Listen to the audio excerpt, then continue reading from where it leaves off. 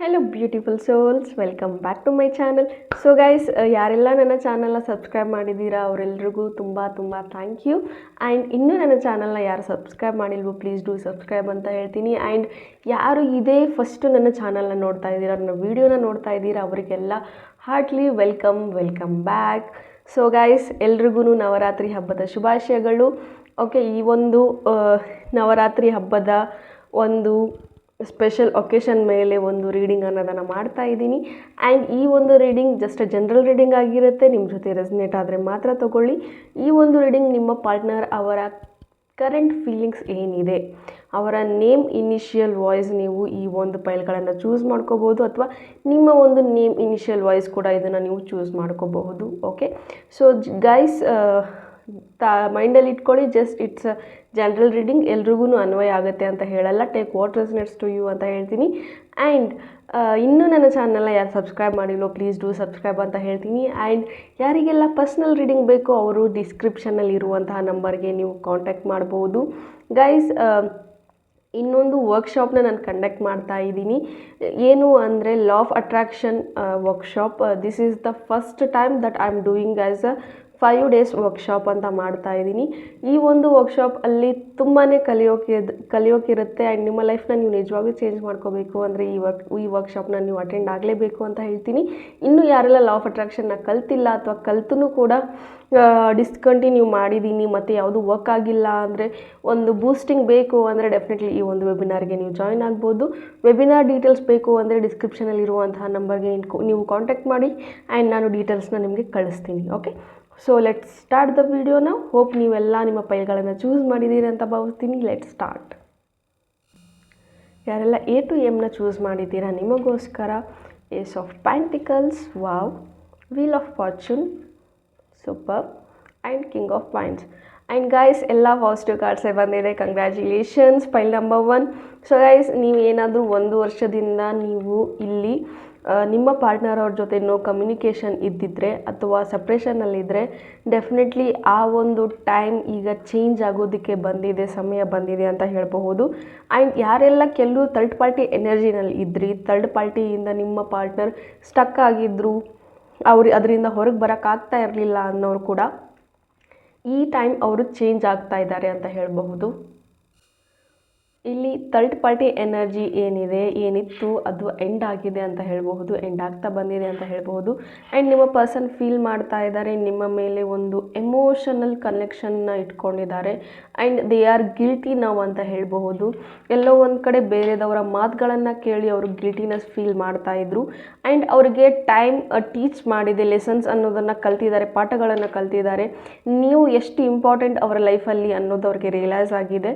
ನೋಡಿ, wheel of fortune ಬಂದಿದೆ, ಕಾಲಚಕ್ರ ಅನ್ನೋ ತಿರುಗ್ತಾನೆ ಇರುತ್ತೆ ಅಲ್ವಾ. ಇಷ್ಟು ದಿನ ನಿಮ್ಮ ಒಂದು ಬ್ಯಾಡ್ ಟೈಮ್ಸ್ ಏನಿತ್ತು ಅದು ಎಂಡ್ ಆಗುವಂತಹ ಸ್ಟೇಜಿಗೆ ಬಂದಿದೆ. ನಿಮ್ಮ ಒಂದು ವ್ಯಾಲ್ಯೂ ಏನಿದೆ, ನಿಮ್ಮ ಒಂದು ಪ್ರಿಯಾರಿಟಿ ಏನಿದೆ, ನಿಮ್ಮ ಒಂದು ಪ್ರಾಮುಖ್ಯತೆ ಎಷ್ಟಿದೆ ಅವರ ಲೈಫಲ್ಲಿ ಅನ್ನೋದು ನಿಮ್ಮ ಪರ್ಸನ್ಗೆ ರಿಯಲೈಸ್ ಆಗಿದೆ. ಆ್ಯಂಡ್ ದೇ ಆರ್ ಚೇಂಜ್ಡ್ ಅಂತ ಹೇಳಬಹುದು. ಬೇರೆದವರ ಮಾತುಗಳಿಂದ ಅವರು ನಿಮ್ಮನ್ನು ಅನುಮಾನ ಪಟ್ಟಿರಬಹುದು ಅಥವಾ ತುಂಬ ಹರ್ಟ್ ಮಾಡಿರ್ಬೋದು. ಅದನ್ನೆಲ್ಲ ನೆನೆಸ್ಕೊಂಡು ಈಗ ಸ್ವಲ್ಪ ಗಿಲ್ಟಿನಲ್ಲಿದ್ದಾರೆ. ಆ್ಯಂಡ್ ಡೆಫಿನೆಟ್ಲಿ ಅವರು ಮತ್ತೆ ನಿಮ್ಮ ಲೈಫಲ್ಲಿ ವಾಪಸ್ ಬರ್ತಾರೆ ಅಂತ ಹೇಳಬಹುದು.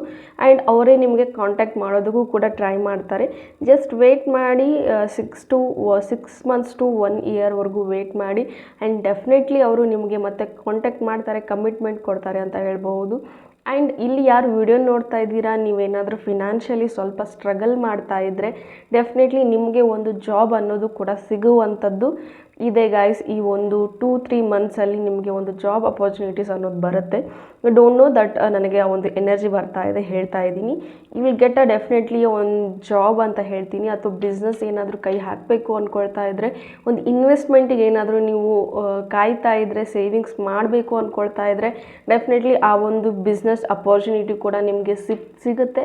ಆ್ಯಂಡ್ ಕಣ್ಣು ಮುಚ್ಕೊಂಡು ಆ ಡೀಲ್ನ ನೀವು ಒಪ್ಕೊಂಡು ಕೈ ಹಾಕಿ. ಆ್ಯಂಡ್ ನಿಮ್ಮ ಲೈಫಲ್ಲಿ ಅಬಂಡೆನ್ಸ್ ಅನ್ನೋದು ತುಂಬ ಚೆನ್ನಾಗಿ ಸಿಗುತ್ತೆ. ಫಿನಾನ್ಷಿಯಲ್ ಫ್ರೀಡಮ್ ಅನ್ನೋದು ಕೂಡ ನಿಮ್ಮ ಲೈಫಲ್ಲಿ ಬರುತ್ತೆ ಅಂತ ಹೇಳ್ತೀನಿ.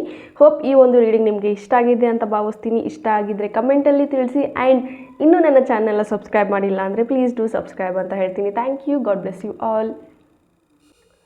So guys N to Z ಯಾರು ಫೈಲ್ನ ಚೂಸ್ ಮಾಡಿದ್ದೀರಾ ನಿಮಗೋಸ್ಕರ 8 of swords, 2 of pentacles, 10 of cups and finally marriage card ಬಂದಿದೆ. ಡೆಫಿನೆಟ್ಲಿ ಮ್ಯಾರೇಜ್ ಕಮಿಟ್ಮೆಂಟ್ ಸಿಗುತ್ತಾ ಅಂದರೆ ಎಸ್ ಸಿಗುತ್ತೆ. ಅದಕ್ಕೂ ಮುಂಚೆ ಕೆಲವೊಂದು ಡೀಟೇಲ್ಡ್ ಆಗಿ ನಾನು ಹೇಳ್ತೀನಿ, ಸ್ವಲ್ಪ ಗಮನ ಇಟ್ಟು ಕೇಳಿ.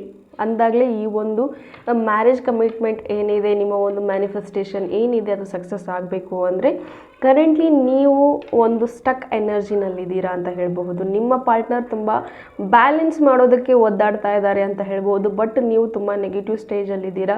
ತುಂಬ ನೆಗೆಟಿವ್ ಸ್ಟೇಟ್ ಆಫ್ ಮೈಂಡಿಂದ ನೀವು ಮ್ಯಾನಿಫೆಸ್ಟ್ ಮಾಡ್ತಾ ಇದ್ದೀರಾ. ನನ್ನ ಪರ್ಸನ್ ಬಿಟ್ಟು ಹೋಗಿದ್ದಾರೆ, ನನ್ನ ಪರ್ಸನ್ ನನ್ನ ಜೊತೆಗೆ ಇರಲ್ಲ, ನನ್ನ ಪರ್ಸನ್ ನನ್ನ ಬಿಟ್ಟು ಹೋಗಿದ್ದಾರೆ, ನನಗೆ ಚೀಟ್ ಮಾಡಿದ್ದಾರೆ, ನನ್ನ ಲೈಫ್ ಇಲ್ಲ, ನಾನು ಸತ್ತೋಗಬೇಕು.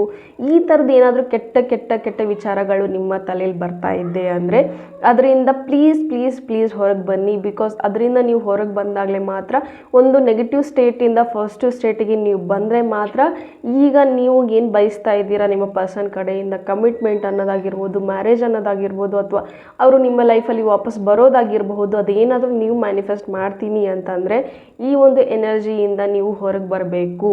ಈ ಒಂದು ನೆಗೆಟಿವ್ ಸ್ಟೇಟ್ ಆಫ್ ಮೈಂಡಿಂದ ನೀವು ಹೊರಗೆ ಬಂದರೆ ಮಾತ್ರ ನಿಮಗೆ ಮ್ಯಾರೇಜ್ ಕಮಿಟ್ಮೆಂಟ್ ನಿಮ್ಮ ಪಾರ್ಟ್ನರಿಂದ ಸಿಗುತ್ತೆ.